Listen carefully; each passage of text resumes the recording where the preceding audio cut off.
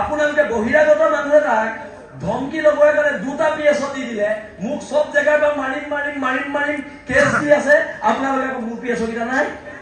এইটো নহ'ব, নিৰাপত্তা মোকো দিব লাগিব, হয় নহয়? মই খিলঞ্জীয়া ভূমিপুত্ৰ মানুহ, মোকো নিৰাপত্তা দিব লাগিব।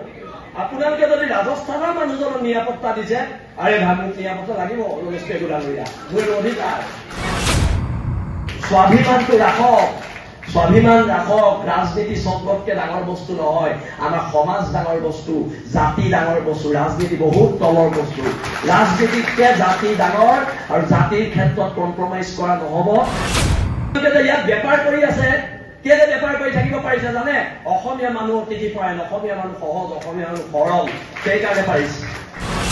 তৰিলে দেশ, মৰিলে স্বৰ্গ, হব পাৰো দুখীয়া, আমি কাৰো গোলাম নহয়। আঠুকাৰী অধিকাৰ পূজা শিৱসাগৰৰ মানুহৰ নিয়ম নহয়, নিয়ম নহয় আৰু নিয়ম নহয়।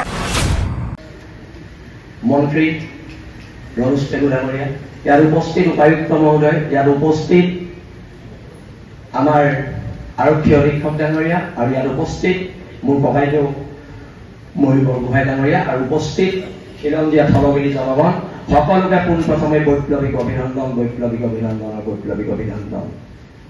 এতিয়া কথাবিলাক খুব আমি খুৰাখুৰিকে ছাৰ আপোনাৰ আগত ক'ব লাগিব। শিৱসাগৰত 2017 চনৰ পৰা আমাৰ ওপৰত আক্ৰমণ হৈ আছে। 17 চনৰ পৰা আজি 24 চনলৈকে প্ৰায় 12টা-14টামান আক্ৰমণ হৈছে, আৰু এইবাৰ প্ৰথম জেললৈ গৈছে। প্ৰত্যেকবাৰে, আজি মই মন্ত্ৰী মহোদয়ক এটা প্ৰশ্ন কৰিছো, প্ৰত্যেকবাৰে অনা অসমীয়া শ্ৰেণীটোৱে আমাক প্ৰহাৰ কৰি থানাত লাঞ্চ আৰু চিংৰা খাই কেনেকে জামিন পায়, আপুনি সেইটো কথা আমাক ক'ব লাগিব। এইটো আমাৰ ওপৰত অন্যায় হৈছে, সেইকাৰণে শিৱসাগৰ মানুহ ক্ষোভিত হৈছে।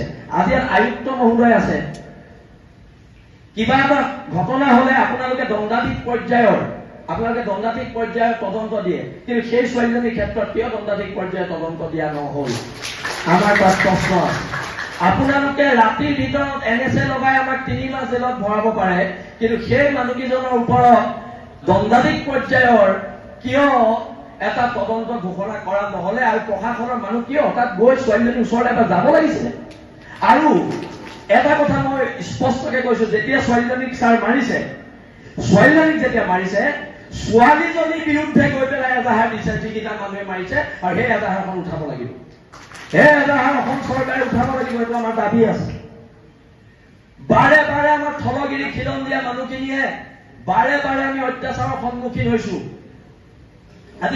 আজি যদি ছাৰ মই আপোনাক কৈছো, আজি যদি আমি ওলাই নাহিলোহেঁতেন ৰাজপথত, সেই মানুহকেইটাই আজি জামিন পাই ঘৰত বহি থাকিলেহেঁতেন। সেইটো শিৱসাগৰ মানুহ ঐক্যবদ্ধ সংগ্ৰামৰ জয়।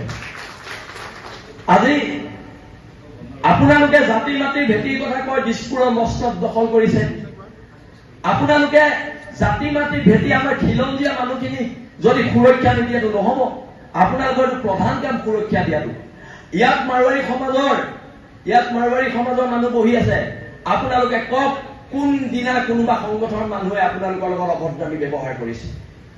আপোনালোকৰ বিপদত বসন্ত দাই কৈ গল, সৰিতা তছনিৱাল মাৰোৱাৰী সম্প্ৰদায়ৰ ছোৱালী আছিলে, বসন্ত গগৈহঁতৰ নেতৃত্বত তেতিয়া আন্দোলন হৈছিলে। এজন মাৰোৱাৰী মানুহে দোকানৰ চাটাৰখন মাৰি সৰিতা তছনিৱালৰ কাৰণে ওলাই নাহিলে, কিন্তু এজন মানুহ আপোনালোক ওলাই নাহিলে। আপোনালোকৰ জাতিত কিয় আপোনালোকে ব্যৱসায় ডাঙৰ বুলি ভাবিলে? অকল ইয়াৰ থলগিৰি মানুহখিনি আমি ওলাই আহিলো, আৰু সৰিতা তছনিৱালক আকাশুৰ নেতৃত্বত হোৱা আন্দোলনত সৰিতা তছনিৱালে ন্যায় পাইছিলে। কথাবিলাক আপোনালোকে গুৰুত্ব দি শুনক। আজি খিলঞ্জীয়াৰ মাটি আপুনি হাইৱে কিনাৰ যোৱা আমাৰ মাটি নাই, চব কিনি লৈছে বহিৰাগত মানুহে। আমি ক'ত থাকিম? আমাৰ ভৱিষ্যত প্ৰজন্ম ক'ত থাকিব? আমাক মাটিৰ ওপৰত অধিকাৰ লাগিব। আজি ইয়াত মাৰোৱাৰী সম্প্ৰদায়ৰ মানুহ আছে, আমি ৱেলকাম জনাইছো অহাৰ বাবে। আপোনালোকৰ যিবোৰ প্ৰতিষ্ঠান আছে, 80% মানুহ আমাৰ খিলঞ্জীয়া মানুহ আপোনালোকে নিয়োগ কৰিব লাগিব। আপোনালোকে ইয়াত আহি বেপাৰ কৰি আছে, আপোনালোকৰ সমাজ জীৱনৰ প্ৰতিটো একো নাই। আপোনালোকৰ শিৱসাগৰ সমাজ জীৱনৰ প্ৰতি কি অৰিহণা আছে? একো অৰিহণা নাই। আপোনালোকৰ খিলঞ্জীয়া মানুহখিনিক দিব লাগিব চাকৰি। কালি প্ৰতিবাদ হৈছে, হাজাৰ হাজাৰ মানুহ। কোনোবাই আপোনালোকক কিবা এটা বেয়াকে কৈছে নেকি? এইটো আমাৰ সহনশীলতা। কিন্তু আমাৰ সহনশীলতাটো আপোনালোকে আমাক দুৰ্বলতা বুলি নাভাবিব। আমাৰ সৰলতাটো আপোনালোকে দুৰ্বলতা বুলি নাভাবিব। আপোনালোকে যে ইয়াত বেপাৰ কৰি আছে, কেলে বেপাৰ কৰি থাকিব পাৰিছে জানে? অসমীয়া মানুহ অতিথিপৰায়ণ, অসমীয়া মানুহ সহজ, অসমীয়া মানুহ সৰল, সেইকাৰণে পাৰিছে। কিন্তু আমাৰ সৰলতাটোক আপোনালোকে আমাক ভয়াটো বুলি নাভাবিব। এতিয়া ৰজস্তেকো ডাঙৰীয়া আছে, কালি মোৰ এগেইনষ্টত এজন মানুহে গুৱাহাটীত কেছ দিলে, তেওঁ আপোনালোকে মানুহ আপোনালোক ওলাই নাহিলে। আপোনালোকৰ জাতিত কিয় আপোনালোকে ব্যৱসায় ডাঙৰ বুলি ভাবিলে? অকল ইয়াৰ থলগিৰি মানুহখিনি আমি ওলাই আহিলো, আৰু চৰিতা তছনিৱালক আটাচুৰ নেতৃত্বত হোৱা আন্দোলনত চৰিতা তছনিৱালে ন্যায় পাইছিলে। কথাবিলাক আপোনালোকে গুৰুত্ব দি শুনক। আজি খিলঞ্জীয়াৰ মাটি আপুনি হাইৱে কিনাৰত যাওক, আমাৰ মাটি নাই, চব কিনি লৈছে বহিৰাগত মানুহে। আমি ক'ত থাকিম? আমি ক'ত থাকিম? আমাৰ ভৱিষ্যত প্ৰজন্ম ক'ত থাকিব? আমাক মাটিৰ ওপৰত অধিকাৰ লাগিব। আজি ইয়াত মাৰোৱাৰী সম্প্ৰদায়ৰ মানুহ আছে, আমি ৱেলকাম জনাইছো অহাৰ বাবে। আপোনালোকৰ যিবোৰ প্ৰতিষ্ঠান আছে 80% মানুহ আমাৰ খিলঞ্জীয়া মানুহ আপোনালোকে নিয়োগ কৰিব লাগিব, নিয়োগ কৰিব লাগিব। আপোনালোকে ইয়াত আহি বেপাৰ কৰি আছে, আপোনালোকৰ সমাজ জীৱনৰ প্ৰতিটো একো নাই। আপোনালোকৰ শিৱসাগৰ সমাজ জীৱনৰ প্ৰতি কি অৰিহণা আছে? একো অৰিহণা নাই। আপোনালোকে অন্তত খিলঞ্জীয়া মানুহখিনিক দিব লাগিব চাকৰি। কালি প্ৰতিবাদ হৈছে, হাজাৰ হাজাৰ মানুহ। কোনোবাই আপোনালোকক কিবা এটা বেয়াকে কৈছে নেকি? এইটো আমাৰ সহনশীলতা। কিন্তু আমাৰ সহনশীলতাটো আপোনালোকে আমাক দুৰ্বলতা বুলি নাভাবিব। আমাৰ সৰলতাটো আপোনালোকে দুৰ্বলতা বুলি নাভাবিব। আপোনালোকে যে ইয়াত বেপাৰ কৰি আছে, কেলে বেপাৰ কৰি থাকিব পাৰিছে জানে? অসমীয়া মানুহ অতিথিপৰায়ণ, অসমীয়া মানুহ সহজ, অসমীয়া মানুহ সৰল, সেইকাৰণে পাৰিছে। কিন্তু আমাৰ সৰলতাটোক আপোনালোকে আমাক ভয়াটো বুলি নাভাবিব। এতিয়া ৰজস্তেকো ডাঙৰীয়া আছে, কালি মোৰ এগেইনষ্টত এজন মানুহে গুৱাহাটীত কেছ দিলে, তেওঁ আপোনালোকে 2টা PSO দি দিলে। এতিয়া মোৰ এগেইনষ্টত যে কেছবোৰ দি আছে, মোৰ PSO কেইটা ক'ত? মই ৰজস্তেকো ডাঙৰীয়াক প্ৰশ্ন কৰিছো। আইনখন সকলোৰ কাৰণে সমান হ'ব লাগিব। আপোনালোকে বহিৰাগত মানুহ এটাক ধমকি লগোৱাৰ কাৰণে 2টা PSO দি দিলে, মোক চব জেগাৰ পৰা মাৰিম কেছ দি আছে, আপোনালোকে আকৌ মোৰ PSO কেইটা নাই। এইটো নহ'ব। নিৰাপত্তা মোকো দিব লাগিব, হয় নহয়? মই খিলঞ্জীয়া ভূমিপুত্ৰ মানুহ, মোকো নিৰাপত্তা দিব লাগিব। আপোনালোকে যদি ৰাজস্থানৰ মানুহজনক নিৰাপত্তা দিছে, আৰে ভাই মোক নিৰাপত্তা লাগিব, ৰজস্তেকো ডাঙৰীয়া, মোৰ অধিকাৰ, মোৰ অধিকাৰ হয় এইটো। আপোনালোকে এতিয়া মই এটা সৰু প্ৰশ্ন কৰো, মই যদি ৰাজস্থানত গৈ এজন ৰাজস্থানী মানুহৰ বিৰুদ্ধে FIR দিওঁ, মোক ৰাজস্থান চৰকাৰে 2টা PSO দি পঠিয়াব নেকি?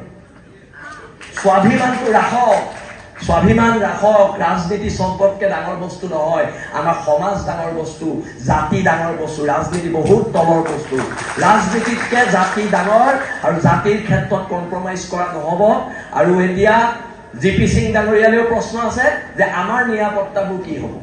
আৰু তেন্তে এতিয়া দেখোন চব যদি অনা অসমীয়া মানে মোৰ এগেইনষ্টত কেছ দি 2টা PSO পাই থাকে, অসমত আমাক নিৰাপত্তা দিবলৈ পুলিচে নাইকিয়া হ'ব। সেইকাৰণে মই কৈছো, আপোনালোকে কেবিনেটত সিদ্ধান্ত লওক যে আমাৰ উজনি অসমৰ খিলঞ্জীয়া মানুহৰ মাটি ছেভ কৰিব লাগিব।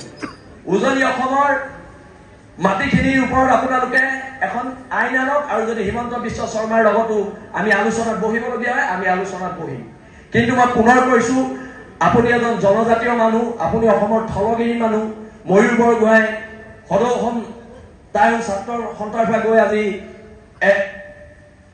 আজি ৰাজনীতিৰ এক উচ্চ আসনত আছে। কিন্তু আপোনালোক সকলো থলুৱা খিলঞ্জীয়া মানুহ, আৰু এই খিলঞ্জীয়া মানুহখিনি সুৰক্ষা দিয়াৰ দায়িত্ব যেতিয়াই আপোনালোক ক্ষমতাত আছে, আপোনালোকে ক্ষমতাৰ সৎ ব্যৱহাৰ কৰক,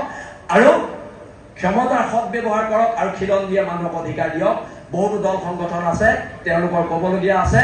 মই এইখিনি কথাকে ক'লো, তৰিলে দেশ, মৰিলে স্বৰ্গ, হ'ব পাৰো দুখীয়া, আমি কাৰো গোলাম নহয়। আঠুকাৰী অধিকাৰ খোজা শিৱসাগৰৰ মানুহৰ নিয়ম নহয়। আৰু এইবাৰ অধিকাৰ কাঢ়ি অনাৰ সংগ্ৰাম হ'ব। আৰু যিখিনি অনা অসমীয়া মানুহ ইয়াত আছে, আজি আপোনালোকে ৰাজহুৱাভাৱে আমাক ক্ষমা খুজিব লাগিব। ধন্যবাদ। জয় অসম।